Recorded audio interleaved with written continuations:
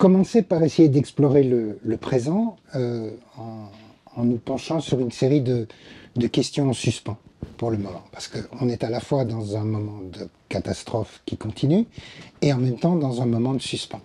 Alors ces suspens, c'est quoi?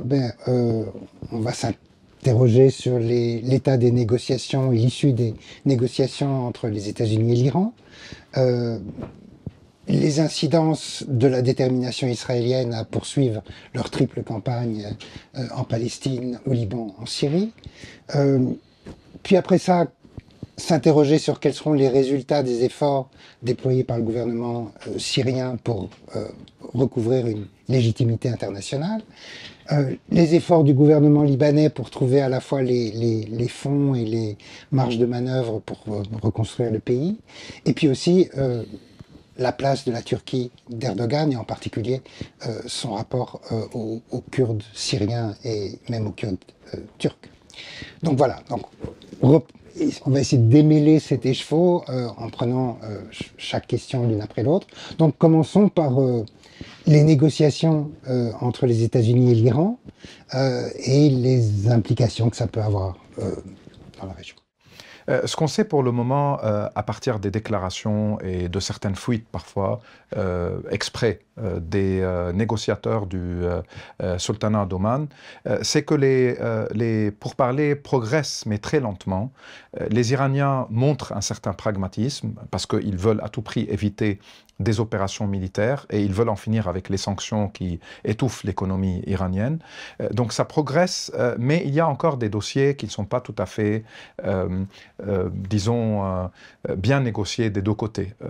Sur le nucléaire, il peut y avoir toujours des compromis par rapport à l'uranium enrichi, quel pourcentage, sous quel contrôle, si jamais le retour des inspecteurs se produit, est-ce qu'ils vont avoir accès à tous les sites? Donc je pense que là, les Iraniens ont une certaine marge de manœuvre pour compromettre et pour trouver une solution.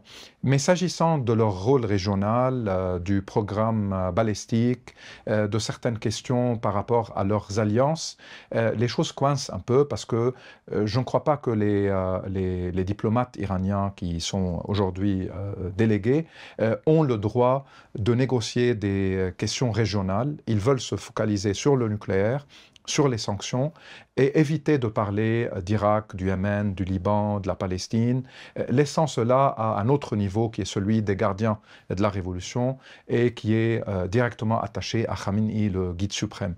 Donc, du côté américain, il y a aussi une volonté chez Trump de montrer qu'il peut trouver des solutions à tout, mais il y a aussi des considérations par rapport à Israël, par rapport à l'Arabie saoudite, par rapport à la région du Golfe, et les Américains veulent un contrat qui couvre toutes les questions, et pas seulement le nucléaire, mais le rôle régional, le système balistique, et peut-être les alliances de l'Iran au-delà même du Moyen-Orient.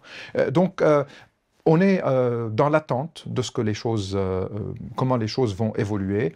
Ce qui est clair, c'est que Trump a demandé aux Israéliens de ne pas s'aventurer dans des opérations militaires contre les Iraniens jusqu'à nouvel ordre, jusqu'à ce que les négociations soit progressent, soit coincent. Et dans ce cas-là, il a dit lui-même que l'option militaire serait sur la table.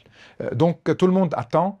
Et j'ai vu récemment que les Saoudiens sont, parallèlement aux pourparlers entre Américains et Iraniens, sont en train de négocier un programme nucléaire civil saoudien et que les Américains qui avaient auparavant émis la condition de la normalisation entre l'Arabie et Israël ont modifié leur position et évoquent une coopération afin de rassurer peut-être le royaume si jamais il y a un accord avec les Iraniens, parce que les Saoudiens ont toujours, comme les Israéliens dans un certain sens, eu peur d'un accord entre l'Iran et les États-Unis, comme ce fut le cas sous Obama, où les Saoudiens étaient en colère. Et ils l'avaient exprimé à plusieurs reprises parce qu'ils considéraient que cela allait consolider le rôle iranien dans la région. Donc là, cette phase est une phase d'attente et les deux scénarios, à mon avis, sont plausibles. C'est 50-50. Deux scénarios, c'est-à-dire un accord nucléaire, mais qui couvre aussi d'autres aspects et qui met fin à une partie des sanctions, donc permettant au régime iranien de respirer un peu. Sinon, on peut aller vers des opérations militaires, des attaques contre des sites nucléaires iraniens. Alors là, tout dépend aussi de l'ampleur des attaques. Est-ce que ce sont des attaques qui peuvent mener à de nouvelles négociations dans lesquelles les Iraniens vont accepter des conditions qu'ils n'avaient pas acceptées avant, ou bien ça va être une attaque de très grande ampleur qui vise tous les sites nucléaires et qui peut viser aussi des centres militaires de commandement, sachant qu'Israël a déjà préparé le terrain. Les attaques qui ont eu lieu en 2024 avaient frappé les radars iraniens, le système de défense iranien aussi. Donc certains évoquaient déjà l'avant-grande attaque, mais Trump est imprévisible. Les Iraniens sont suffisamment pragmatiques maintenant pour ne pas aller vers la confrontation. C'est pour ça que les chances d'un accord sont toujours là. Et cet accord, finalement, ressemblerait, d'après ce qu'on dit, encore une fois, précisons que nous sommes en mai, et que probablement nous t'écouterons publiquement un petit peu plus tard. Donc, le suspens, on verra si le suspens est maintenu. Mais la question est de savoir, est-ce que du côté de Trump, il s'agit de revenir à un accord qui ressemblera très fort à celui qu'il a détruit quand il est arrivé au pouvoir en 2007? Dans un sens, il y aura des clauses dans cet accord où il y aura des similarités. Il va y avoir certainement, par rapport à l'uranium, par rapport à l'inspection internationale, par rapport au conditionnement des sanctions et de la fin de certaines sanctions sur certains secteurs de l'économie et de la technologie en Iran, il va y avoir des ressemblances avec ce qu'Obama avait déjà signé. Mais ce que Trump prétend, c'est que cette fois, ça ne va pas être seulement le dossier nucléaire, mais qu'il va y avoir des annexes qui étaient prévues déjà dans les négociations avant l'annulation par Trump du premier accord, qui couvrent tous les aspects de la politique régionale iranienne et de la puissance militaire iranienne. Donc là, les Iraniens, à mon avis, n'ont pas beaucoup de choix, parce qu'ils ont été affaiblis, parce que la guerre au Liban a affaibli leur allié Hezbollah, parce que la chute du régime syrien ne leur permet plus la même continuité de leur hégémonie territoriale qui allait de Téhéran via Bagdad jusqu'à Damas et Beyrouth. Tout a changé à ce niveau-là. Donc ils ont intérêt à accepter un accord sans aller à un affrontement militaire dans lequel ils ont moins d'outils, moins d'instruments, moins de force de frappe et de réponse aux attaques. Et en même temps, ils ont surtout besoin de respirer économiquement parce que la base sociale du régime en Iran souffre des sanctions et des conséquences de ces sanctions-là. Et il y a toute une nouvelle génération qui est née sous les sanctions, qui a grandi sous les sanctions et qui veut tourner cette page à tout prix. Donc le régime, même s'il est dogmatique et idéologique sur certaines questions et dans certains aspects, mais il est très pragmatique s'agissant de sa survie et de sa volonté de se préserver. Donc je pense que cette fois, ils vont accepter beaucoup plus de choses qu'ils ne l'ont fait dans le temps en 2014-2015 durant les négociations avec l'administration Obama. Très bien. Mais donc, si effectivement ils ne pourront pas s'en tenir à un accord seulement sur le nucléaire, mais que ça impliquera leur politique régionale d'une manière plus large, qu'est-ce que ça signifie sur deux points? Premièrement, sur le sort du Hezbollah, mais aussi des Houthis au Yémen. Qu'est-ce que ça pourrait impliquer? Jusqu'où peuvent-ils aller de ce côté-là? On commence par ça. Ok. Alors, je pense qu'il est certainement légitime de se poser cette question et d'avoir plusieurs hypothèses par rapport à quelle forme de relation on va voir évoluer entre l'Iran et ses deux alliés, le Hezbollah libanais et les Houthis au Yémen. Mais en même temps, il faut prendre en considération la sociologie politique dans les deux pays. C'est-à-dire, ni Hezbollah ni Houthis ne doivent leur existence seulement à l'Iran. Du côté du Yémen, le mouvement Houthi était bien actif avant même son alliance avec les Iraniens. Déjà, Saada, qui est une région dans le nord du pays, marginalisée économiquement, et c'est là où les Houthis ont commencé leur mobilisation sociale et politique, et puis militaire. C'était bien avant le contact qu'ils ont établi avec les Iraniens, sachant qu'ils ne sont pas chiites comme il est souvent dit dans les médias, ils sont zuyouds, ils sont proches du chiisme, mais ils sont aussi proches du sunnisme. C'est un mazhab ou une branche de l'islam qui n'est présente qu'au Yémen. Et donc les Houthis ont déjà une certaine base sociale, ils ont construit récemment à travers l'État des institutions, ils sont présents dans l'armée, ils ont élargi leur cercle d'alliances. Ils peuvent très bien survivre, préserver le pouvoir dans une partie du Yémen ou négocier avec l'autre partie du Yémen, notamment dans le sud du pays, une forme de fédéralisme, d'un gouvernement décentralisé, ou du moins une forme de gouvernance non conflictuelle qui leur permet de se préserver sans vouloir jouer un rôle dans la région, comme c'est le cas aujourd'hui, à travers la mer Rouge, où ils peuvent souvent créer des difficultés ou des problèmes s'agissant des bateaux, des navires qui passent, avec l'argument que cela, c'est pour aider les Palestiniens et pour empêcher l'arrivée des armes aux Israéliens à travers la mer Rouge. Ils ne peuvent plus créer des problèmes à la fois sécuritaires, mais aussi économiques aux voisins saoudiens et émiriens, parce que ça c'est aussi une obsession saoudienne, là où il y a énormément d'investissements et une volonté de changer le visage du pays. S'il y a des missiles des Houthis qui arrivent, ça peut perturber tout cela, et l'Arabie n'a pas réussi à battre les Houthis militairement, malgré une très longue campagne militaire. Donc ils vont se contenter d'un rôle au Yémen, sans garder ce rôle régional que l'Iran instrumentalisé dans la confrontation ou dans la rivalité avec l'Arabie saoudite. Du côté de Hezbollah, c'est la même chose. Le Liban connaît un système confessionnel où le Hezbollah aujourd'hui, avec son allié, le mouvement Amal, monopolise ou presque la représentation des chiites au sein des institutions. Je ne pense pas que cela va changer à court terme. Peut-être à long terme, ça peut évoluer. Le fait que Hezbollah reçoit moins d'argent de l'Iran, le fait qu'il ne reste pas un acteur, en plus d'être politique, sociétal, armé, le fait qu'il doit abandonner la lutte armée ou abandonner les armes, ou du moins trouver aussi un compromis au sein des institutions libanaises pour rendre ces armes à l'armée ou à l'institution sécuritaire étatique. Cela va l'affaiblir et il va perdre un rôle régional que l'Iran l'a poussé à jouer, en intervenant en Syrie pour sauver le régime Assad, en tentant d'ouvrir un front au Liban pour aider les Palestiniens à Gaza.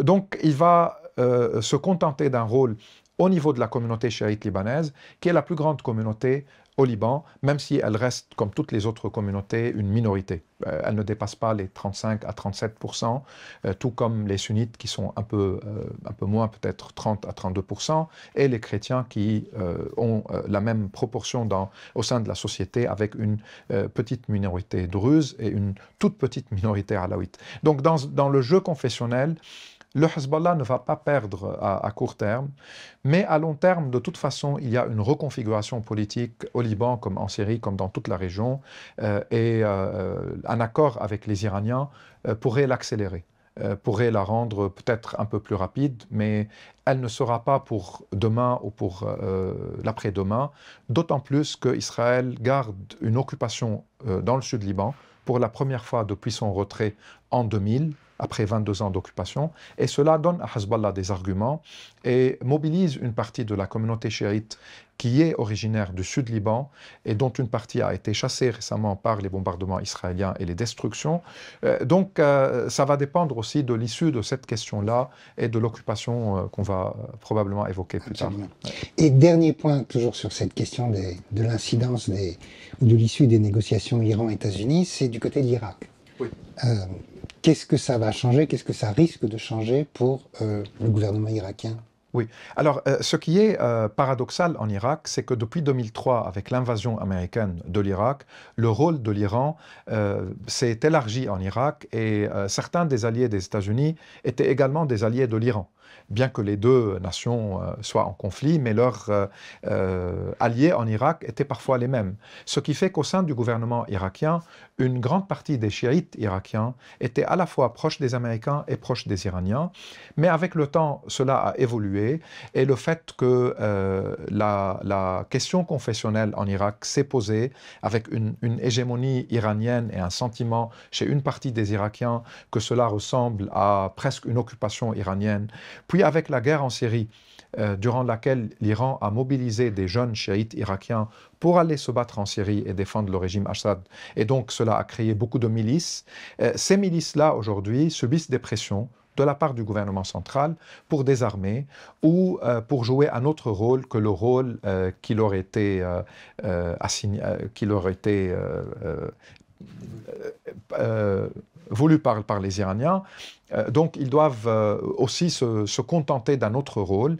La menace Daesh ou la menace de l'État islamique que les Iraniens et le gouvernement de Bagdad avaient aussi utilisé comme argument pour encourager ces milices-là et leur demander de combattre Daesh, cela change aussi avec le recul de cette menace. Et le gouvernement irakien qui a subi en 2019-2020 le défi d'un soulèvement populaire, des grandes manifestations en Irak même, y compris dans les régions chiites, réclamant la fin de la corruption, réclamant des élections démocratiques, la fin de l'hégémonie iranienne et de l'hégémonie américaine, doit aussi aujourd'hui faire face à un déclin iranien, à un retrait possible américain, et doit redéfinir le rôle de l'Irak dans la région avec un potentiel économique énorme que la Syrie, par exemple, n'a pas, que le Liban n'a pas, le potentiel du pétrole, le potentiel du commerce, le potentiel du port de Bosra dans le sud irakien. Et pour l'Iran, ils doivent aussi accepter le fait qu'ils peuvent être un partenaire économique important côté irakien, et ils ont une très grande frontière, mais ils ne peuvent plus instrumentaliser la question confessionnelle, et des voix chiites irakiennes s'élèvent de plus en plus contre l'instrumentalisation iranienne, sans pour autant être du côté américain, loin de là. Comme par exemple Muqtada Sadr, ou comme certains reliés à ce qu'on appelle la marja'iyya à Najaf, ou la référence du chiisme côté Najaf, qui est un peu la capitale théologique du chiisme arabe. Donc c'est une recomposition aussi. Et il y a la question kurde irakienne, puisque de facto, il y a comme un État irakien kurde. Le Nord, même s'il n'y a pas eu le référendum et il n'y a pas eu la déclaration d'un État, mais pour un Irakien de Bagdad ou de Mossoul ou de Basra, pour se rendre à Erbil ou à Sulaimaniya, il lui faut un visa des autorités kurdes là-bas. Ce n'est pas réciproque, mais dans un sens, c'est le cas. Et il y a des institutions là-bas, il y a un parlement, il y a un gouvernement, il y a une économie. L'Iran a des bons rapports avec les Kurdes irakiens. Comment renégocier cela? Dans quelle forme de fédéralisme, d'une décentralisation? Quel système électoral? Quelle identité irakienne à reconstruire? Je pense que ça va être aussi un grand chantier en Irak, avec le déclin du rôle iranien et le retrait total des Américains, qui pour le moment gardent certaines bases sécuritaires, mais ne sont plus dans le déploiement militaire qu'il y avait avant. C'est ça. Ça sera une recomposition dans le cas d'un certain succès des négociations. Exactement. Exactement, dans un certain succès. Sinon, si jamais on va vers un échec, et ça va encore une fois dépendre de l'ampleur de l'affrontement, de la confrontation. S'il y a une guerre totale contre l'Iran, je pense que les Iraniens vont tenter d'utiliser tout ce qui leur reste comme alliés, comme carte, comme volonté de déstabiliser pour arrêter l'escalade. Et si c'est un coup militaire ou une frappe limitée, est-ce qu'ils peuvent la digérer et négocier de nouveau après avec d'autres conditions? Encore une fois, c'est une question de temps, et je ne pense pas que ça va durer très très longtemps, parce que Trump n'est pas dans la logique des négociations qui traînent. Il veut une solution et il insiste, et là sa visite à la région va donner aussi quelques indicateurs, quelques signes du moins de ce qu'il envisage faire les prochains mois.